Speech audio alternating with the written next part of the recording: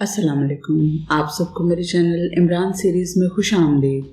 अगर आप मेरे चैनल पर नए हैं तो चैनल को सब्सक्राइब करें और नीचे दिए गए बेल आइकॉन को प्रेस कर दें। तो आइए आज के वीडियो में सुनते हैं नॉवल जश पावर की एपिसोड नंबर 4। चीफ आप जैसे हुक्म दें, हम वैसा करने के लिए तैयार हैं, लेकिन ये सोच लें कि ये इमरान और पाकिस्तान सीक्रेट सर्विस मिशन पर काम करने पर आमादा हो गई है तो ये इंतहाई तेज़ रफ्तारी से काम करेंगे। इसलिए ऐसा ना हो कि जब हम वहाँ पहुँचें और इस इमरान के खात्मे के लिए कोई प्लानिंग करें, ये लोग यहाँ पहुँच जाएं।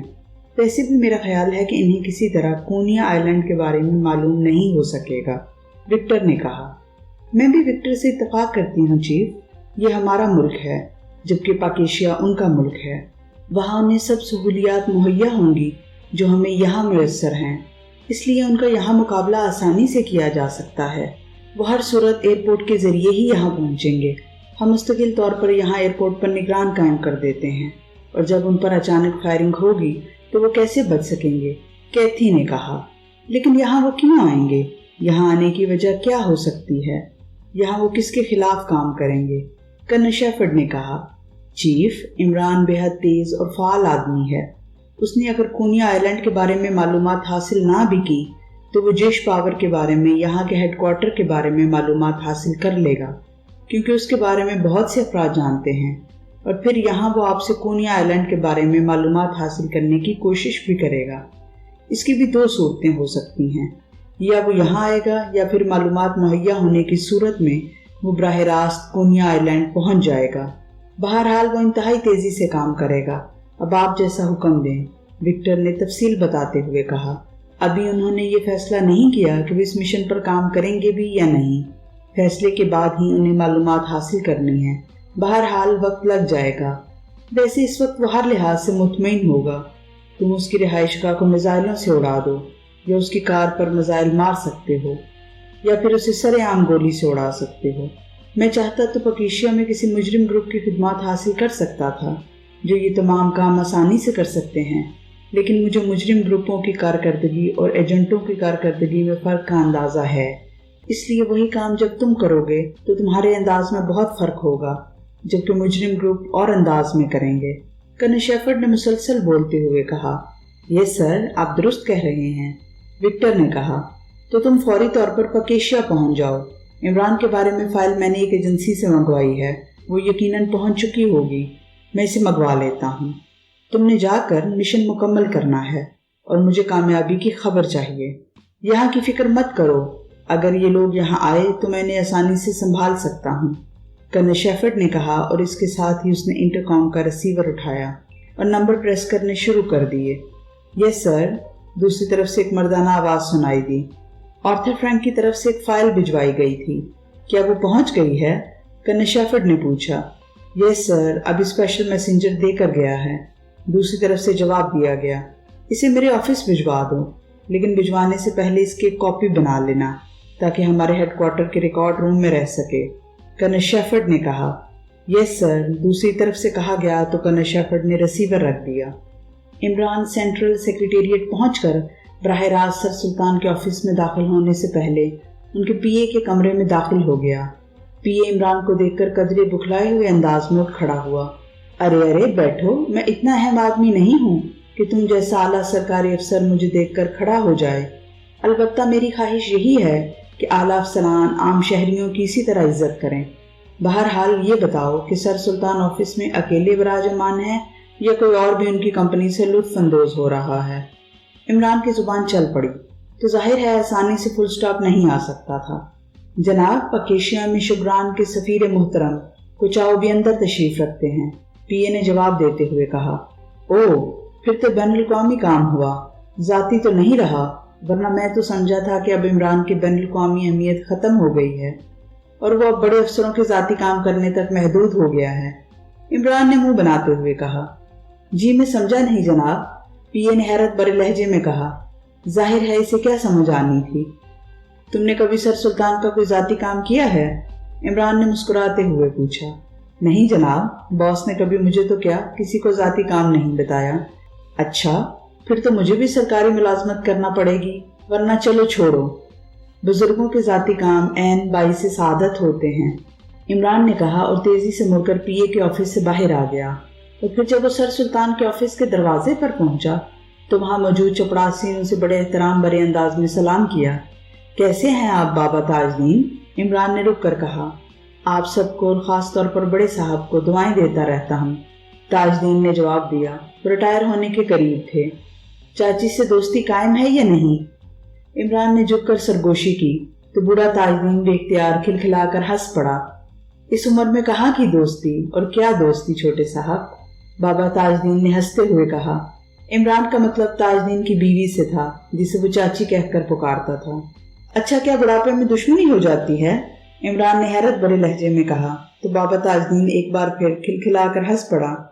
छोटे साहब, न दुश्मनी और न दोस्ती, बस एक दूसरे को बच्चों की खातिर संभालते रहते हैं, बाबा ताजदीन ने बड़े फलसफियाना लहजे में कहा। तो इमरान मुस्कुराता हुआ आगे बढ़ा। उसने दरवाजा खोला और अंदर दाखिल हुआ तो ऑफिस में सर सुल्तान अपनी कुर्सी पर मौजूद थे और उनके दाएं हाथ पर कुर्सी पर एक उधेड़ उम्र शुक्रानी बैठा हुआ था। इमरान ने अंदर दाखिल होकर बड़े मुदबाना अंदाज में सलाम किया। आओ इमरान बेटे, मैं और सफीर मोहतरम साहब काफ़ी देर से तुम्हारा इंतज़ार कर रहे हैं, सर सुल्तान ने मुस्कुराते हुए सलाम का जवाब देते हुए कहा। आई एम सॉरी, मुझे दरअसल पैदल आना पड़ता है और आप जानते हैं कि मुझ जैसे आदमी के लिए दिलचस्पी की चीज़ें रास्ते में बहुत होती हैं, इसलिए देर हो जाती है। अब भी मैं न जाने किस तरह दिल पर जबर करके यहाँ पहुँचा हूँ, वरना भी रास्ते में ही होता, इमरान ने कुर्सी पर बैठते हुए कहा। तो शुक्रानी सफीर हैरत से इमरान की तरफ देखने लगा। कि आपके पास कार नहीं है जो आप पैदल चलकर यहाँ आए हैं? सफीर साहब ने इंतहाई हैरत भरे लहजे में कहा। इमरान बेटे प्लीज़, ये ना सिर्फ मेरी बल्कि मुल्क की इज्जत का सवाल है, इमरान के बोलने से पहले सर सुल्तान ने मिन्नत भरे लहजे में कहा। सेंट्रल सेक्रेटेरिएट की पार्किंग से यहाँ तक तो पैदल ही आना पड़ता है जनाब, और रास्ते में बड़ी खूबसूरत लड़कियाँ कहीं पर्सनल सेक्रेटरी और कहीं आला ऑफिसर के तौर पर आती जाती मिल ही जाती हैं, इमरान ने वजाहत करते हुए कहा। तो इस बार सफीर साहब भी बेख्तियार मुस्कुरा दिए। आपके बारे में गो सर सुल्तान ने मुझे ब्रीफ कर दिया था, लेकिन आपका अंदाज वाकई दिलकश है, सफीर साहब ने मुस्कुराते हुए कहा। ओह अच्छा, तो इसलिए आप कुर्सी पर बैठे ब्रीफ से नजर आ रहे हैं। बहरहाल हुक्म फरमाएं सर सुल्तान, इमरान ने सर सुल्तान की आंखों में उभरता गुस्सा देखकर बात पलटते हुए कहा। इमरान बेटे, शुक्रान को तुम्हारी और पाकिस्तान सीक्रेट सर्विस की खिदमत चाहिए। शुक्रान हमारा ऐसा दोस्त मुल्क है जो हर मुश्किल वक्त में हमारे काम आता है, इसलिए हमें भी मुश्किल में उनका साथ जरूर देना चाहिए, सर सुल्तान ने बड़े संजीदा लहजे में कहा। बिल्कुल, आपकी बात दुरुस्त है, लेकिन सर सुल्तान मैं तो मुफलिस और कलाश आदमी हूँ, मैं कैसे मदद कर सकता हूँ, और वो भी एक मुल्क की, इमरान ने कहा। तो सर सुल्तान का चेहरा यकलक गुस्से से बिगड़ गया, जबकि सफीर साहब के चेहरे पर भी इंतहाई खजालत के तासुरात उभर आए थे। उठो और दफा हो जाओ यहाँ से, सर सुल्तान यकलक फट पड़े। अरे आप तो मुझे फरमा रहे थे कि मैं इमरान की बातों पर गुस्सा न खाऊं, और आप खुद गुस्सा होने लग गए। मैं करता हूँ बात, सफीर साहब ने सर सुल्तान से कहा, और फिर वो इमरान की तरफ मतवज्जो हो गए। इमरान साहब, शुक्रान के यूनानी सफारत खाने की 3rd सेक्रेटरी मादाम हुचोंग को अगवा करने की कोशिश की गई तो उन्होंने मुस्लिम मुल्क कराकश के सफारत खाने में पनाह ले ली, लेकिन हमला आवरों ने इस सफारत खाने पर हमला कर दिया और उन्होंने वहाँ के कई मुहाफिजों को मार डाला, और हमला आवरों के भी कई साथी मारे गए, लेकिन वो अपने साथियों की लाशें साथ ले गए और मादाम हुचोंग को भी साथ ले गए। हमने अपनी सफारतकार को वापस लाना है, इसलिए आपकी मदद चाहते हैं, क्योंकि सर सुल्तान ने बताया है कि पाकिस्तान सीक्रेट सर्विस के चीफ आपकी बात सबसे ज़्यादा मानते हैं, सफीर साहब ने संजीदा लहजे में बात करते हुए कहा। क्या मादाम हुचोंग बहुत खूबसूरत हैं? खामोश बैठे इमरान ने इंतहाई संजीदा लहजे में कहा।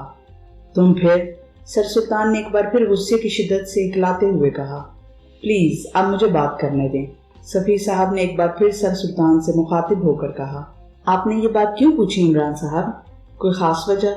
सफीर साहब ने इमरान से मुखातिब होकर कहा।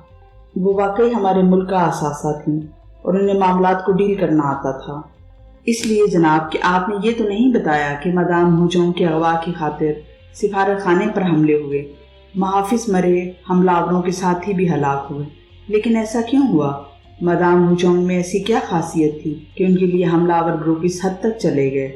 जाहिर है एक ही सूरत हो सकती है कि वो बेहद खूबसूरत होगी, عمران نے بڑے سادہ لہجے میں کہا، یہ بات تم سیدھی طرح بھی پوچھ سکتے تھے۔ سر سلطان کو غصہ ابھی تک برقرار تھا۔ پلیز سر سلطان، عمران صاحب کی بات درست ہے، غلطی میری ہے، مجھے وجہ بھی لازماً بتانی چاہیے تھی۔ سفیر نے کہا، میں اس کے پوچھنے کے انداز کی بات کر رہا ہوں۔ سر سلطان نے ایک طویل سانس لیتے ہوئے کہا، شاید انہیں بھی محسوس ہو گیا تھا کہ عمران کی بات درست تھی۔ جب اغوا کی کوئی وجہ نہیں بتائی گئی تو پھر یہی کہا جا سکتا تھا جو عمران نے کہا تھا۔ عمران صاحب، اصل وجہ یہ ہے کہ ایک مسلم تنظیم ہے جس کا نام ضرب مسلم ہے، جس نے یہودیوں کو بے پناہ نقصان پہنچایا ہے اور پہنچا بھی رہی ہے۔ یہ اس قدر خفیہ تنظیم ہے کہ یہودی اور اسرائیلی ایجنٹوں کی بے حد کوششوں کے باوجود وہ اس کے کسی ٹھکانے یا سربراہ کا کھوج نہیں لگا سکے، جبکہ مادام ہوچونگ نے شکران حکومت کو اطلاع دی کہ اس کے ہاتھ ایک مائکرو ٹیپ لگی ہے جس میں ضرب مسلم کے ٹھکانے اور سربراہان کے بارے میں ساری تفصیلات موجود ہیں۔ حکومت نے انہیں اس ٹیپ سمیت فوراً شکران پہنچنے کا حکم دیا تاکہ اس ٹیپ کی دستیابی کے بارے میں مزید تفصیلات ان سے حاصل کی جا سکیں، لیکن اس سے پہلے کہ وہ شکران واپس آتی، وہ سفارت خانے سے اپنی رہائش گاہ پر جا رہی تھیں کہ ان کو اغوا کرنے کی کوشش کی گئی، جس پر انہوں نے قریب ہی موجود کراکش کے سفارت خانے میں پناہ لے لی۔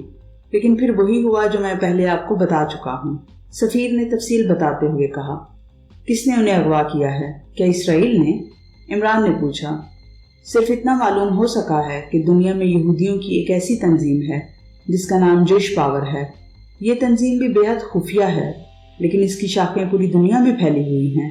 مادام ہوچونگ کے اغوا میں جیش پاور ملوث ہے، کیونکہ کراکش سفارت خانے پر حملے کے دوران ایک چھوٹا سا بیج کسی حملہ ور کی جیب سے نکل کر گرا ہے۔ یہ بیج جیش پاور کا مخصوص نشان ہے۔ یہ نشان ہیکل سلیمانی اور اس پر چمکتے ہوئے سورج کا ہے۔ سفیر صاحب نے جیب سے ایک چھوٹا سا بیج نکال کر عمران کی طرف بڑھاتے ہوئے کہا۔ عمران نے بیج لے کر اسے غور سے دیکھا اور پھر سامنے میز پر رکھ دیا۔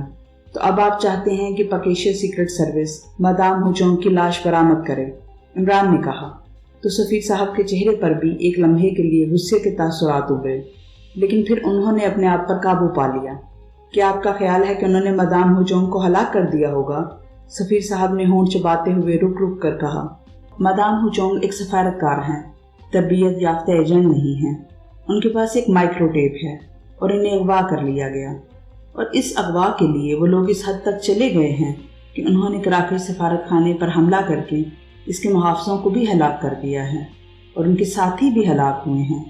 اس واقعے کو وقوع پذیر ہوئے ظاہر ہے کچھ روز ہو گئے ہوں گے، تو کیا اب تک آپ کا خیال ہے کہ مادام ہوچونگ سے وہ ٹیپ حاصل نہیں کر سکے ہوں گے؟ اور اس ٹیپ کے حصول کے بعد انہوں نے لازماً مادام ہوچونگ کو بھی ہلاک کر دیا ہوگا۔ عمران نے سنجیدہ لہجے میں کہا تو سفیر صاحب نے ایک طویل سانس لیا۔ ہر لمحہ میرے آپ کے متعلق خیالات تبدیل ہوتے جا رہے ہیں۔ آپ واقعی دور اندیش انسان ہیں۔ اب آپ کے سوال کے جواب میں مجھے مزید تفصیل بتانا پڑے گی۔ مادام ہوچونگ بچپن سے ایک ایسی بیماری میں مبتلا ہیں جس میں انہیں روزانہ اور مستقل ادویات استعمال کرنی پڑتی ہیں، اس لیے کہ معمولی سا ڈپریشن، خوف یا دھمکی ان کا ذہن معاف کر دیتی ہے، جسے ٹھیک ہونے میں کافی عرصہ اور وقت لگ جاتا ہے۔ اس لیے وہ روزمرہ کے معاملات کو نپٹانے کے لیے ادویات استعمال کرتی ہیں، اور ظاہر ہے اغوا کے بعد انہیں ادویات میسر نہیں ہوئی ہوں گی، اس لیے لا محالہ ان کا ذہن معاف ہو چکا ہوگا۔ اگر تو وہ مائکرو ٹیپ ان کی تحویل میں ہوا تو پھر تو حملہ آوروں کو مل سکتا ہے، اور مادام ہوچونگ اس بیماری سے ہٹ کر انتہائی ذہین خاتون ہیں۔ لا محالہ حملہ ہوتے ہی انہوں نے یہ ٹیپ یا تو کہیں چھپا دیا ہوگا یا کسی دوسرے کے حوالے کر دیا ہوگا جس کا ابھی تک حمیل نہیں ہو سکا۔ حملہ آوروں نے لا محالہ ٹیپ ان سے حاصل کرنا ہے، اس لیے وہ لازماً ان کا علاج کرائیں گے، اور جب وہ تندرست ہوں گی تو پھر وہ ٹیپ ان سے حاصل کریں گے، اور انہیں لازماً 1-1.5 ماہ ٹھیک ہونے میں لگ جائیں گے، اور بغیر ٹیپ حاصل کیے وہ کسی صورت مادام ہوچونگ کو ہلاک نہیں کر سکتے۔ سفیر محترم نے مزید تفصیل بتاتے ہوئے کہا۔ آپ کی بات درست ہے، لیکن آپ کی سفارتکار نے ضرب مسلم کے خلاف جانے والی مائکرو ٹیپ کیوں حاصل کی؟ اس کا مطلب ہے کہ وہ ضرب مسلم کے خلاف کام کر رہی تھیں۔ عمران نے کہا تو سفیر صاحب بے اختیار چونک پڑے۔ نہیں، شکران کبھی اسرائیل کا دوست نہیں رہا۔ شکران حکومت ویسے تو غیر جانبدار رہتی ہے، لیکن ضرورت پڑنے پر وہ یہودیوں اور اسرائیل کی بجائے فلسطینیوں اور دیگر مسلمانوں کا ساتھ دیتی ہے۔ اگر مادام ہوچونگ ضرب مسلم کے خلاف کام کر رہی ہوتی تو وہ اس ٹیپ کو خود ہی اسرائیلی حکومت یا اسرائیلی ایجنٹوں کو دے دیتی۔ उन्हें इससे टेप हासिल करने के लिए उस पर यूं हमला न करना पड़ता। सफीर साहब ने बाकायदा दलाइल देते हुए कहा, आपकी बात दुरुस्त है सफीर साहब, और आपने अपने दलाइल से वाकई मुझे मुतमईन किया है। मैं तफसीली रिपोर्ट चीफ को पेश कर दूंगा और साथ ही अपनी सिफारिशात भी। मुझे यकीन है कि चीफ इस मिशन पर काम करने के लिए आमादा हो जाएंगे। इमरान ने कहा तो सामने बैठे सर सुल्तान का चेहरा भी बेख्तियार खिल उठा, क्योंकि सिर्फ वही जानते थे कि असल मसला इमरान की आमादगी का है। इमरान बेटे, मेरी तरफ से भी अपने चीफ को कह देना, उन्हें यकीनन मुझसे भी ज़्यादा शुगरान और पकेशिया के रवाबित का इल्म होगा। सर सुल्तान अपना गुस्सा भूल चुके थे, इसलिए उनके लहजे में हल्की सी मुसर्रत का अंसर भी नुमाया था। आप मेरे बड़े हैं सुल्तान साहब, आप चाहें तो मुझे जूते भी मार सकते हैं। जहाँ तक आपके गुस्से की बात है तो आपका गुस्सा भी मेरे लिए बाइस सआदत है और मेरे नाकर्दा गुनाह लाजमन जड़ जाएंगे। इमरान ने मुस्कुराते हुए कहा। नाकर्दा गुनाह?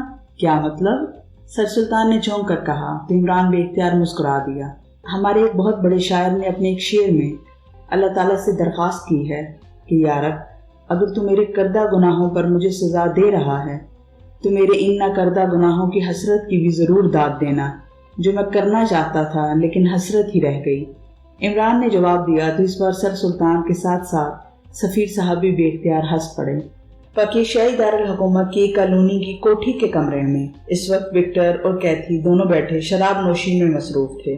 वो आज ही पकीशिया पहुंचे थे और यहाँ एक ग्रुप की मदद से उन्होंने ये कोठी, जिसमें हर किस्म का सामान मौजूद था और एक जदीद मॉडल की कार भी हासिल की थी।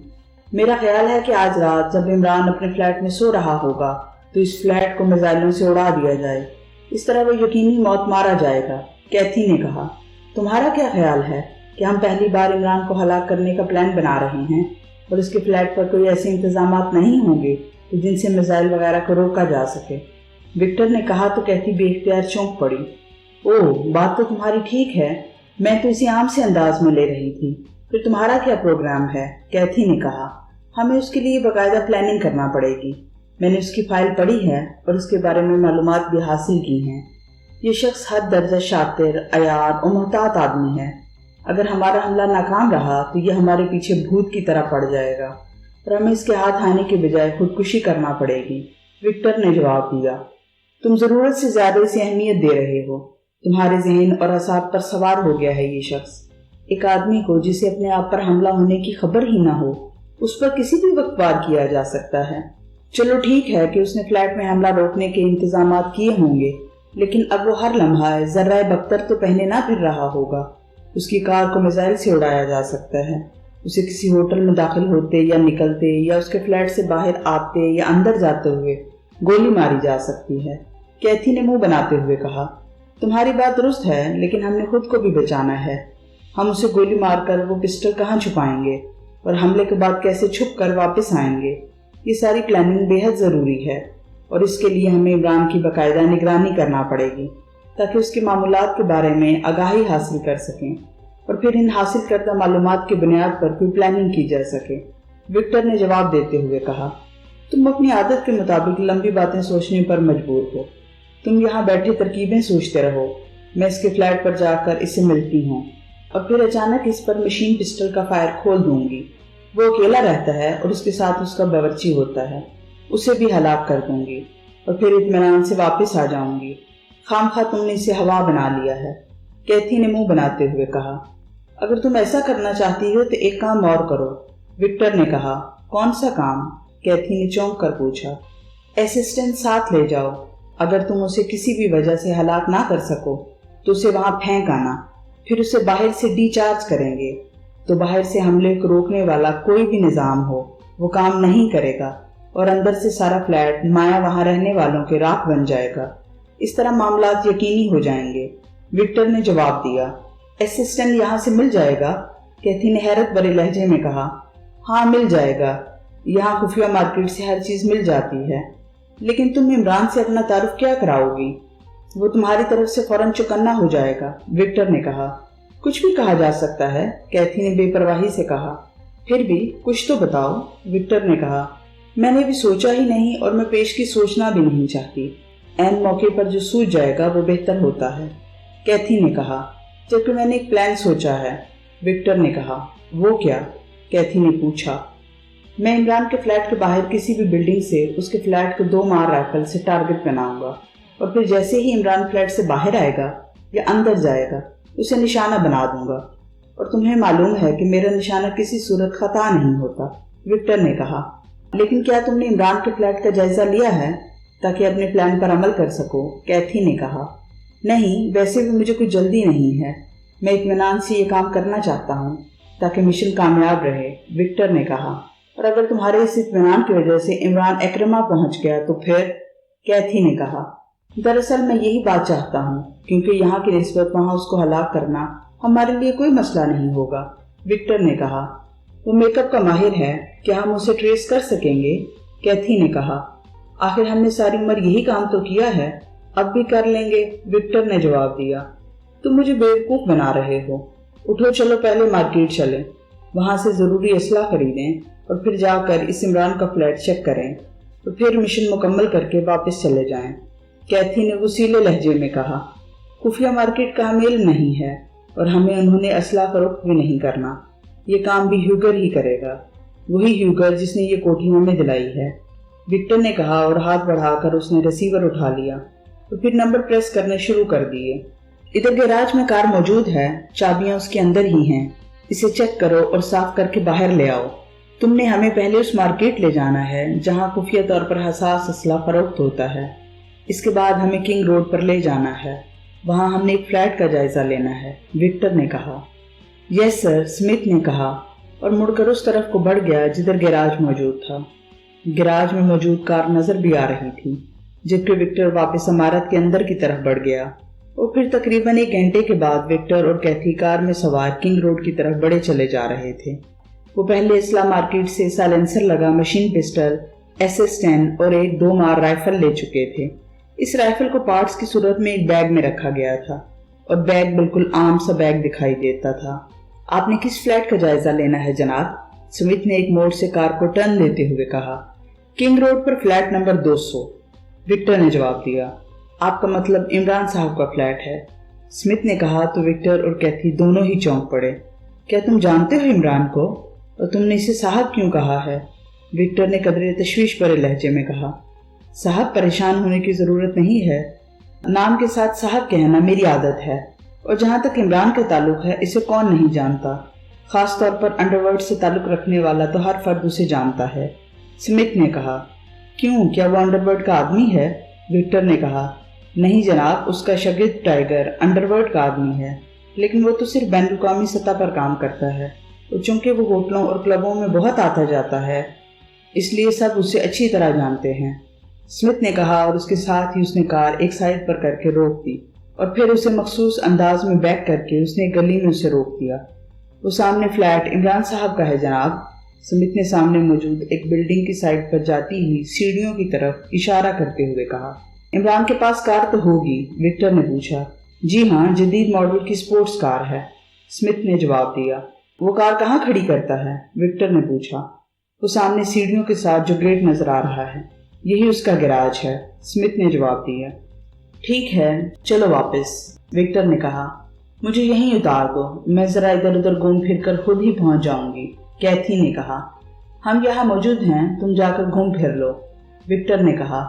साहब, अगर आप इमरान को टारगेट बनाना चाहते हैं तो इस पर यहाँ से ना हमला हो सकेगा और ना ही इसके फ्लैट के अंदर जाकर। इसका एक ही हल है कि आप दाएं हाथ पर जो बिल्डिंग है उसके अकब से उसके ऊपर पहुंच जाएं और वहां मौजूद बड़े पब्लिसिटी बोर्ड की आड़ लेकर 2 मार राइफल से उस वक्त उस पर हमला करें जब वो फ्लैट से बाहर आ रहा हो या फ्लैट में जा रहा हो, वरना वो बेहद मुहतात, होशियार और हर तरफ से चौकन्ना रहने वाला आदमी है।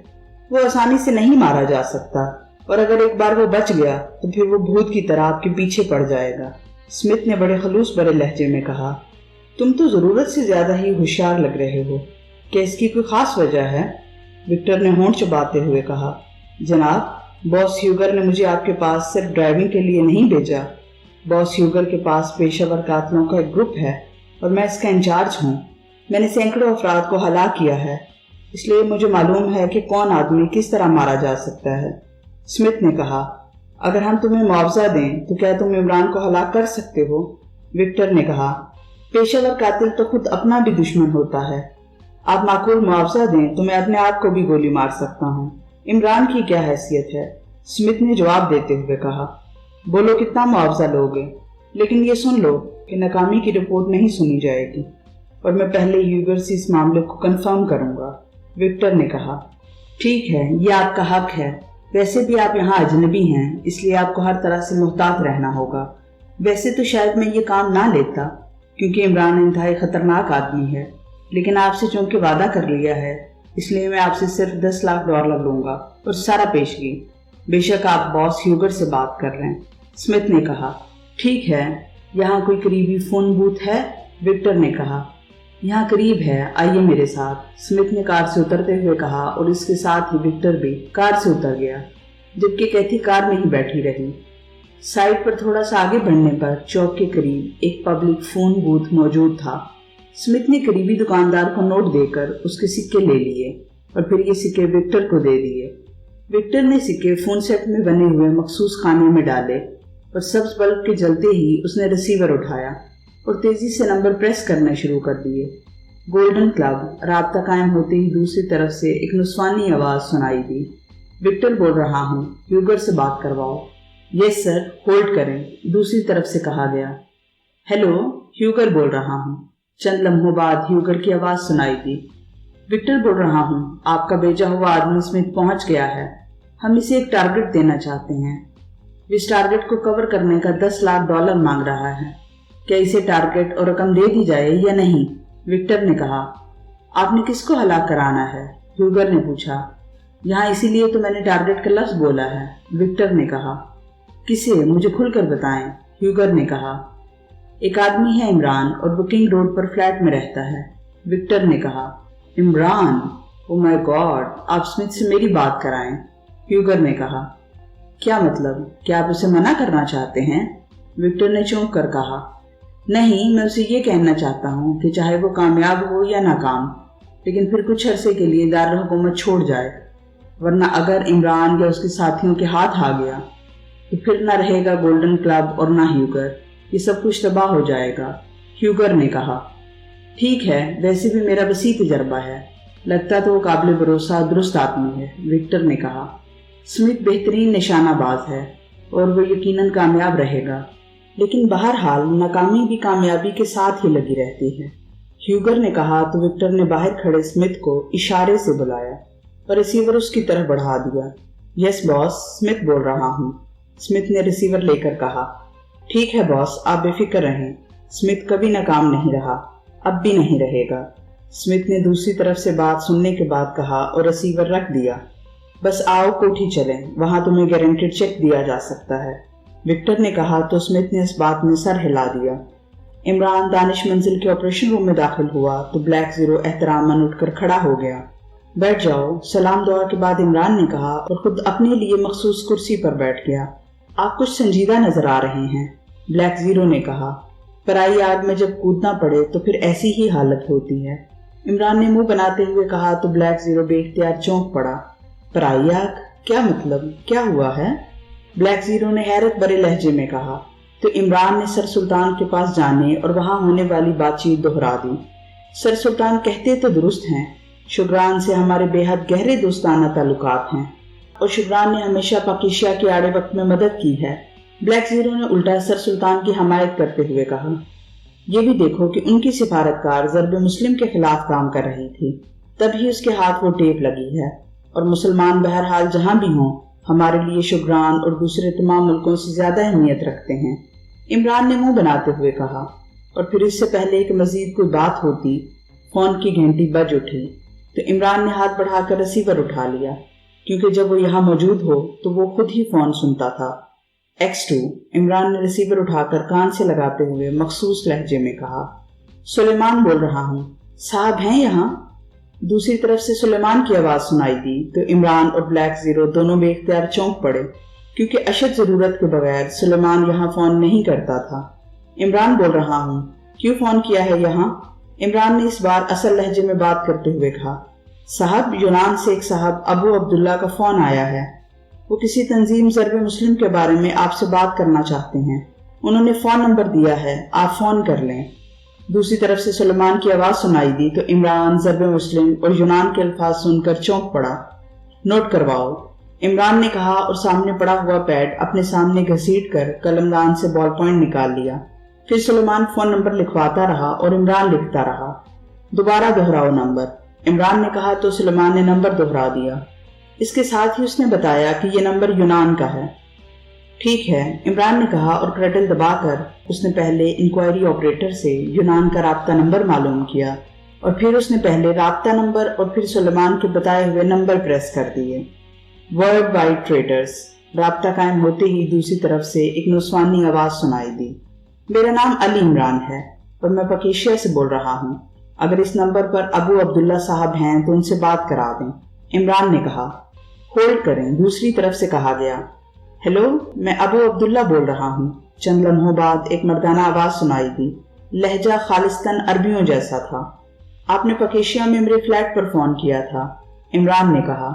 जनाब, आपके बारे में हम बहुत पहले से वाकिफ थे, लेकिन आपसे कभी ना मुलाकात हुई और ना ही आपसे पहले कभी फोन पर बात हुई थी।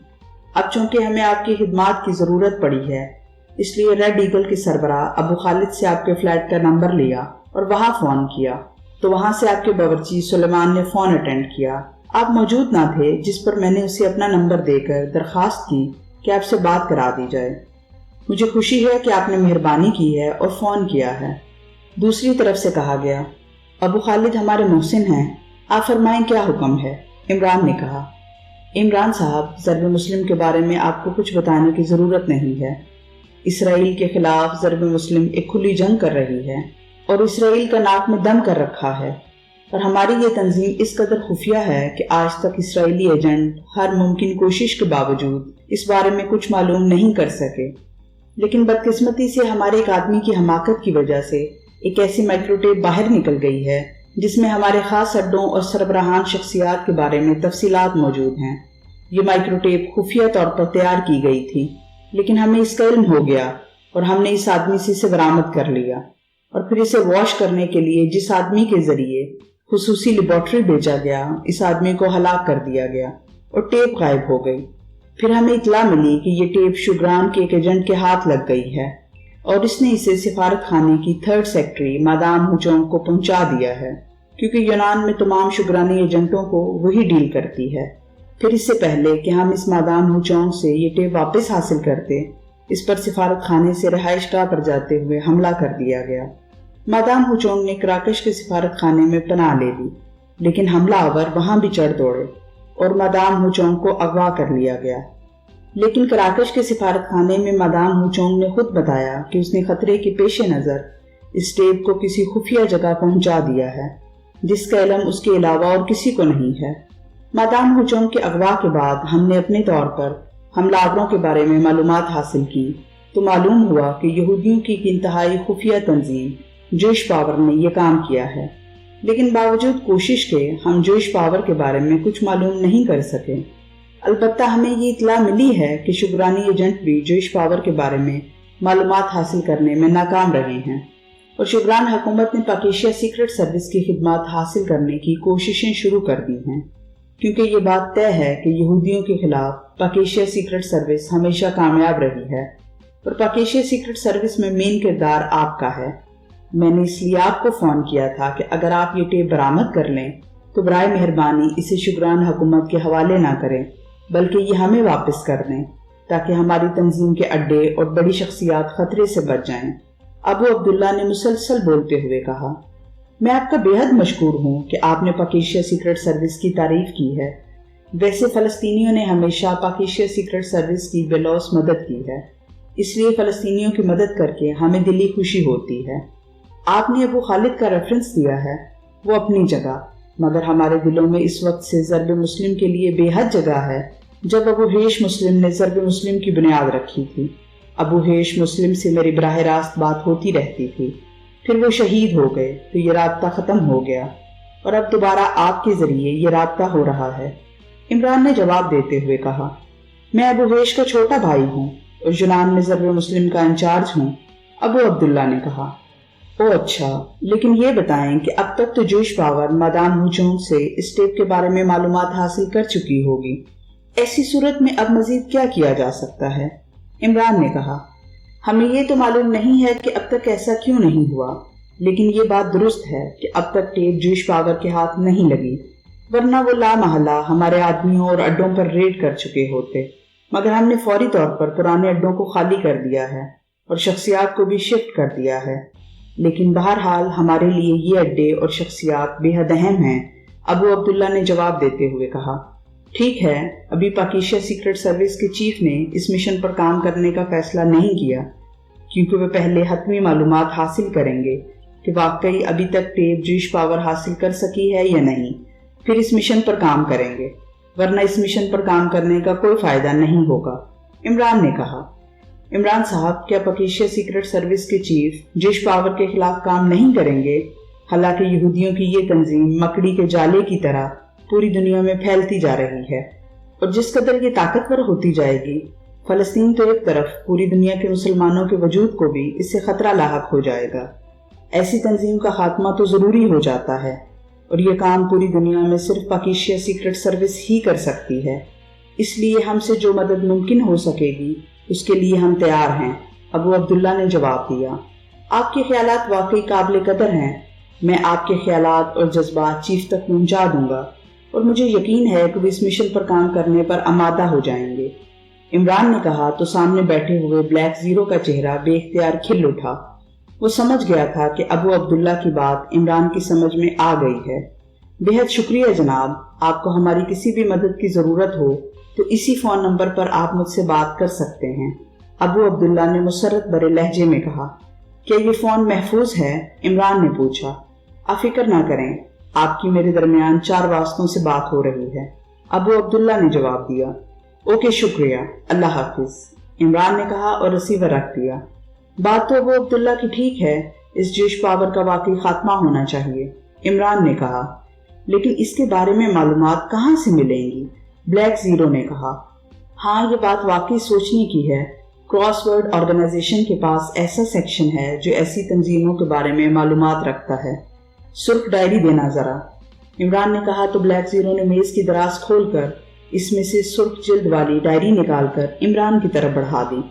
عمران نے ڈائری لے کر اسے کھولا اور پھر کافی دیر تک ورق الٹتا رہا۔ پھر اس نے ایک صفحے کو چند لمحے غور سے دیکھا اور ڈائری بند کر کے اس نے اپنے سامنے میز پر رکھی۔ پھر ہاتھ بڑھا کر اس نے ریسیور اٹھا لیا اور تیزی سے نمبر پریس کرنے شروع کر دیے۔ کراس ورڈ آرگنائزیشن، رابطہ ہوتے ہی ایک نسوانی آواز سنائی دی۔ پاکیشیا سے علی عمران بول رہا ہوں، اسپیشل ممبر، میری اسپیشل سیکشن کے اولڈ ہنری سے بات کرواؤ۔ عمران نے کہا، ہولڈ کریں، دوسری طرف سے کہا گیا اور پھر کافی دیر تک لائن پر خاموشی طاری رہی۔ شاید عمران کی ممبرشپ کمپیوٹر پر چیک کی جا رہی تھی۔ اسپیشل سیکشن سے ہنری بول رہا ہوں، ایک بلغم زدہ آواز سنائی دی۔ اولڈ ہنری کہو، یہ خالی ہنری کیا ہوتا ہے؟ عمران نے مسکراتے ہوئے کہا۔ کون بول رہے ہو؟ دوسری طرف سے چونک کر کہا گیا۔ تمہیں میرا تعارف نہیں کرایا گیا؟ یا تمہاری یادداشت اتنی کمزور ہو گئی ہے کہ چند لمحوں بعد ہی تمہیں نام پوچھنا پڑ گیا ہے؟ عمران نے مسکراتے ہوئے کہا، مجھے کہا گیا ہے کہ پاکیشیا سے کوئی اسپیشل ممبر مجھ سے بات کرنا چاہتا ہے۔ دوسری طرف سے کہا گیا، پھر اس رابطہ کار لڑکی کی یادداشت کو داد دینی چاہیے۔ بہرحال میں علی عمران MSc BSc آکسن بول رہا ہوں، عمران نے کہا۔ ارے یہ تم ہو، نوٹی بوائے، بڑے طویل عرصے بعد اولڈ ہنری کو یاد کیا ہے تم نے، اس بار چیختے ہوئے انتہائی بے تکلفانہ لہجے میں کہا گیا۔ ہر بار خوف کے مارے میں نے فون نہیں کیا کہ کہیں اولڈ ہنری مزید اولڈ ہونے کی وجہ سے مجھے پہچاننے سے انکار نہ کر دے۔ عمران نے جواب دیا تو اولڈ ہنری نے زوردار کہکہا لگایا، میں تمہیں کیسے بھول سکتا ہوں نوٹی بوائے، بولو کیسے فون کیا، کیا معلومات چاہیے تھی تمہیں؟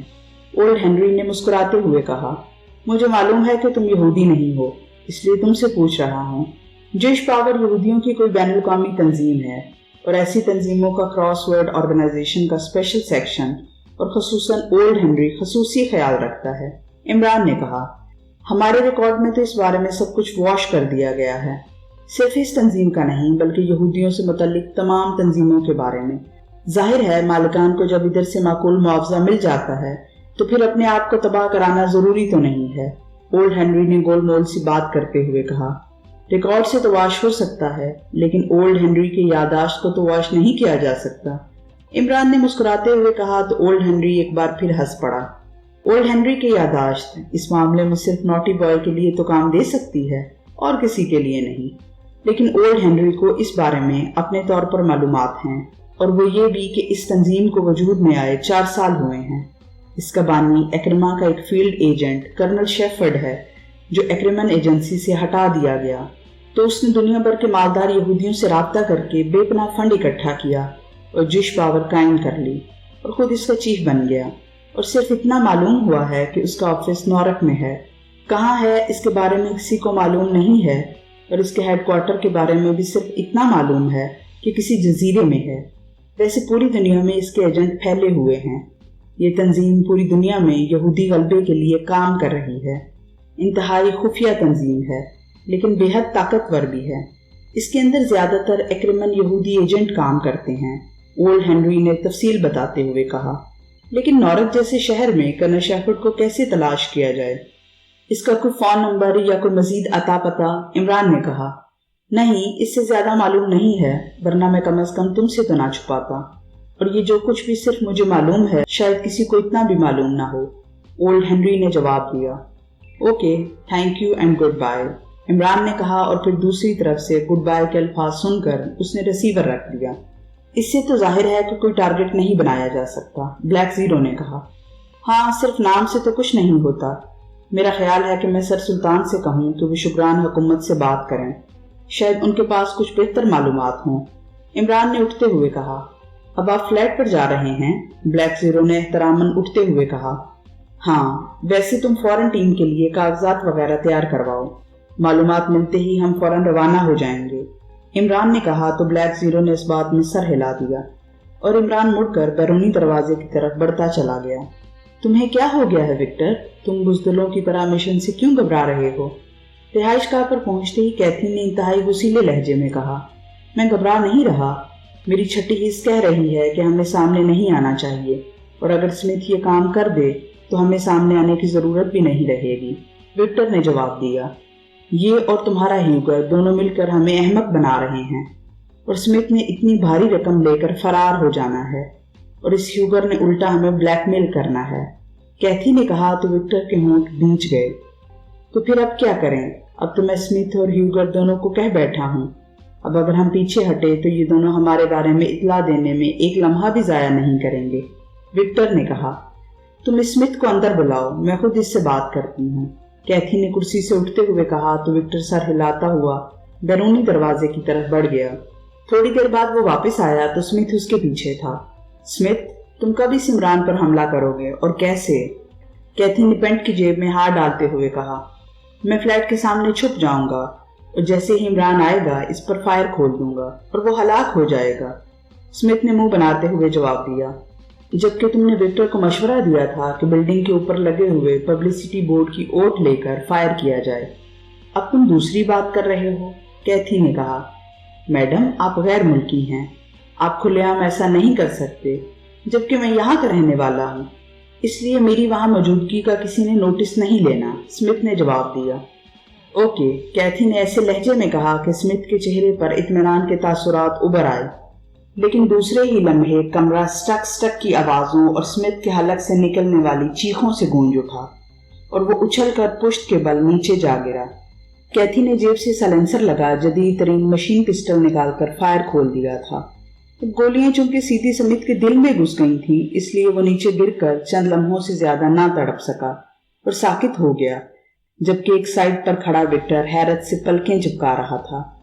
میں تو یہی سمجھا تھا کہ تم سمتھ کی باتوں سے مطمئن ہو گئی ہو، لیکن اب اس کی لاش ہمارے لیے مسئلہ بن جائے گی، وکٹر نے کہا۔ کوئی مسئلہ نہیں ہے، کار میں ڈال کر اسے کسی بھی ویران جگہ پر پھینک دیں گے، لیکن اس وقت جب ہم اس عمران کا خاتمہ کر لیں گے، اس کی لاش اگر پہلے ہیوگر کو مل گئی تو وہ سمجھ جائے گا کہ ہم نے یہ کام کیا ہے، کیتھی نے کہا۔ حیرت ہے، لگتا ہے کہ پاکیشیا کی آب و ہوا نے تمہیں ذہین بنا دیا ہے، وکٹر نے مسکراتے ہوئے کہا۔ اور تمہیں احمق، کیتھی نے جواب دیا تو وکٹر بے اختیار ہنس پڑا۔ اب کیا کرنا ہے یہ بتاؤ، وکٹر نے چند لمحوں بعد پوچھا۔ کرنا کیا ہے؟ اسمتھ نے درست کہا تھا، تم عقبی طرف سے چھت پر چڑھ جاؤ اور پبلسٹی بورڈ کی اوٹ لے کر فلیٹ کی سیڑھیوں کو نشانہ بناؤ۔ میں خود اندر جا کر اس سے ملتی ہوں اور اسے گولی مار دوں گی، لیکن اگر ایسا نہ ہو سکا تو میں کوشش کروں گی کہ اسے باہر لے آؤں اور تم اسے ہلاک کر دینا۔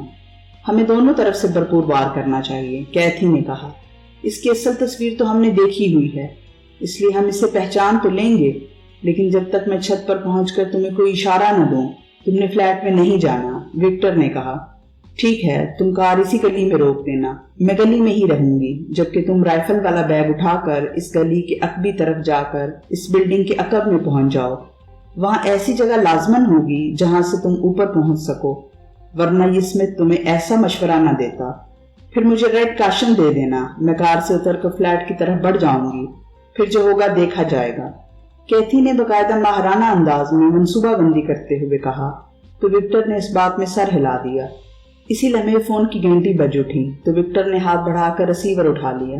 یس، وکٹر نے مختصر بات کرتے ہوئے کہا۔ ہیوگر بول رہا ہوں، گولڈن کلب سے۔ دوسری طرف سے ہیوگر کی آواز سنائی دی۔ یس، وکٹر بول رہا ہوں، وکٹر نے اس بار اپنا نام لیتے ہوئے کہا۔ چونکہ ہیوگر کا نام سن کر اس نے لاؤڈ کا بٹن پریس کر دیا تھا، اس لیے ہیوگر کی آواز اب کیتھی تک بھی پہنچ رہی تھی۔ اسمتھ کہاں ہے؟ ہیوگر نے پوچھا۔ کیوں؟ تم کیوں پوچھ رہے ہو؟ کوئی خاص بات ہے؟ وکٹر نے چونک کر پوچھا۔ میں اسے بتانا چاہتا ہوں کہ وہ سامنے کے رخ سے عمران پر حملہ کرنے کے بجائے اس بلڈنگ کے عقبی طرف موجود باغ میں داخل ہو کر بڑی کھڑکی سے فلیٹ کے اندر جائے، اس طرح وہ یقیناً کامیابی حاصل کر لے گا۔ ہیوگر نے جواب دیا۔